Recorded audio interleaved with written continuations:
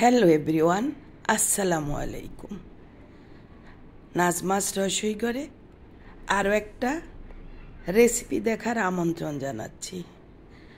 আজ আপনাদের সাথে শেয়ার করব আমি কিভাবে আমের আচার তৈরি করে সারা বছর সংরক্ষণ করে রাখি।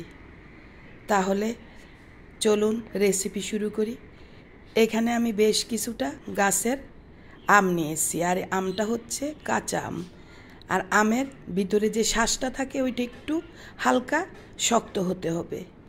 আমগুলোকে ভালোভাবে ধুয়ে পরিষ্কার করে নিয়েছি। এখন আমগুলো ছিলে খোসা ছাড়িয়ে লম্বা লম্বা করে কেটে কিছুক্ষণ লবণ পানি দিয়ে ভিজিয়ে রেখেছি। 3 থেকে 4 মিনিট এভাবে ভিজিয়ে রাখবো। এখন একটা মশলা তৈরি করব। এখানে হচ্ছে পাঁচফোড়ন, 1 প্যাকেট পাঁচফোড়ন আমি নিয়েছি। হালকা ভেজে পাঁচফোড়নটাকে ব্লেন্ডারে গুঁড়ো করে নিব। আপনারা চাইলে শিলপাটায়ও গুঁড়ো করে নিতে পারবেন, তবে বেশি ভাজা যাবে না। আর আমটাকে আমি পানি ঝরিয়ে হলুদ লবণ মাখিয়ে 3 ঘন্টা রোদ্রে শুকিয়ে নিয়েছি। এখন চলে আসলাম রান্নায়, মূল রেসিপিতে। চুলায় একটা বড় হাঁড়ি বসিয়ে 500 গ্রাম সরিষার তেল দিয়ে দিলাম। সরিষার তেলটা যখন একটু গরম হয়ে আসবে তখন আমি 1/2 কেজি রসুন এভাবে ছিলে রসুনের কোষ তেলের মধ্যে দিয়ে দিব। রসুনের কোষটা তেলের মধ্যে দিয়ে চুলা মিডিয়ামে রাখতে হবে।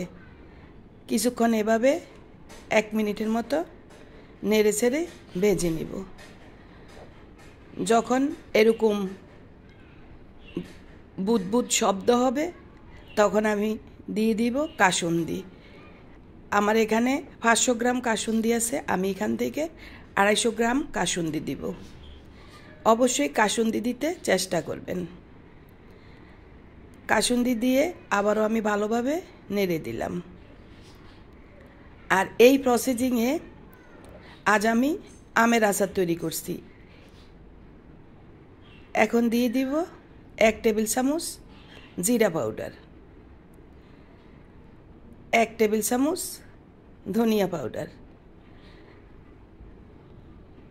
মশলাগুলো দিয়ে ভালোভাবে নাড়তে হবে। আর চুলা একদম মিডিয়ামে রাখতে হবে। ধনিয়া পাউডারও দিয়ে দিলাম 1 টেবিল চামচ। আর এই প্রসেসিংয়ে আমড়ার আচার, জলফাইয়ের আচারও করা যাবে। দিয়ে দিলাম মরিচের গুঁড়া 1.5 টেবিল চামচ, লাল মরিচের গুঁড়া যারা ঝাল খেতে চান বাড়িয়ে দিবেন। আর দিয়ে দিলাম 1 টেবিল চামচ হলুদ, কারণ আমি এর আগে আম শুকাতে দিয়েছি হলুদ লবণ মেখে। এখন মশলাগুলোকে ভালোভাবে নেড়ে দিচ্ছি। আপনারা চাইলে এখানে আদা পেস্টও দিতে পারেন, আমি দিলাম না। ভালোভাবে এভাবে 1 থেকে 2 মিনিট মশলাগুলো আমি কষিয়ে নিব, তবে বেশিক্ষণ কিন্তু কষানো যাবে না। যখন সুন্দর একটা গ্রান বের হবে এখন দিয়ে দিব শুকিয়ে রাখা আম। তবে 2 থেকে 3 ঘন্টার বেশি শুকাতে যাবেন না, না হয় আমটা ড্রাই হয়ে যাবে, শক্ত হয়ে যাবে। এই আচারটা ভাত, পোলাও, খিচুড়ি আর আপনি চাইলে খালিও খেতে পারেন। খুবই মজার একটা আচার। আমি তো বানালাম, তাই ভাবলাম আমার ফ্রেন্ডদের সাথে শেয়ার করি, তারাও যেন তৈরি করতে পারে। তবে এখন শেয়ার করার উদ্দেশ্য হচ্ছে, যেহেতু এখন শীতকাল, জলপাই আমরা আসবে, একই রেসিপিতে আপনারা ওই আচারটাও করতে পারবেন। আবার বেলেম্বু দিয়েও একই রেসিপিতে করতে পারবেন। এখানে আমি দিয়ে দিলাম 1 কাপ চিনি। আর আমি আচারটা তৈরি করব ঝাল, টক, মিষ্টি, তাই চিনির পরিমাণ আমি 1 কাপই দিলাম। আর আপনারা চাইলে বাড়িয়ে কমিয়ে দিতে পারেন। এখন অনবরত আমি নাড়তে থাকবো। নাড়তে নাড়তে যখন ঘন হয়ে আসবে, আমটা যেন গলে না যায়, দিয়ে দিলাম স্বাদ মতো লবণ। লবণটা দিয়ে আবারও সব কিছুর সাথে মিশিয়ে নিব। তবে চুলা একদম মিডিয়াম লোয়ে নিয়ে গিয়েছি। এভাবে হাঁড়ির তলা থেকে উঠিয়ে দিতে হবে নেড়ে নেড়ে। অবশ্যই কতটা ইয়ামি কালার চলে এসেছে, দেখে লোভ লাগছে না আচারটা খেতে। এখন আমি দিয়ে দিব ভেজে রাখা পাঁচফোড়নের গুঁড়াটা। পাঁচফোড়নের গুঁড়াটা দিয়ে ভালোভাবে নেড়ে 1 মিনিটের মতো চুলায় রাখবো। তারপর আমি চুলা বন্ধ করে দিব। পাঁচফোড়নের ঘ্রাণটা একদম আমের ভিতরে ঢুকে যাবে। চুলাটা আমি বন্ধ করে দিলাম আর একটু দেখে নিলাম, সব কিছু একদম পারফেক্ট হয়েছে। এখন ঠান্ডা হওয়ার জন্য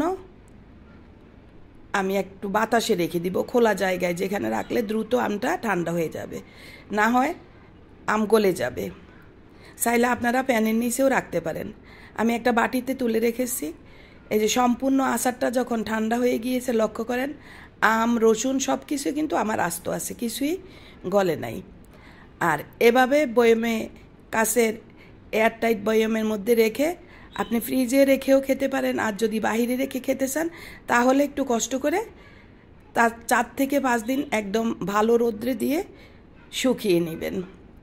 এই তো আমার আচার রেডি, আমি বয়মে ঢুকিয়ে ফেলেছি। কেমন লাগলো আজকের রেসিপিটা? আশা করি যারা নতুন তাদের উপকারে আসবে। আর যদি আমার আজকের রেসিপিটা আপনাদের ভালো লেগে যায়, লাইক, কমেন্ট, শেয়ার দিয়ে পাশে থাকার অনুরোধ রইল। আর চাইলে আমার চ্যানেলটি সাবস্ক্রাইব করে বেল বাটন অন করে রাখতে পারেন। আর অলরেডি এই কাজটা যারা করে ফেলেছেন, আপনাদের সবাইকে অসংখ্য ধন্যবাদ।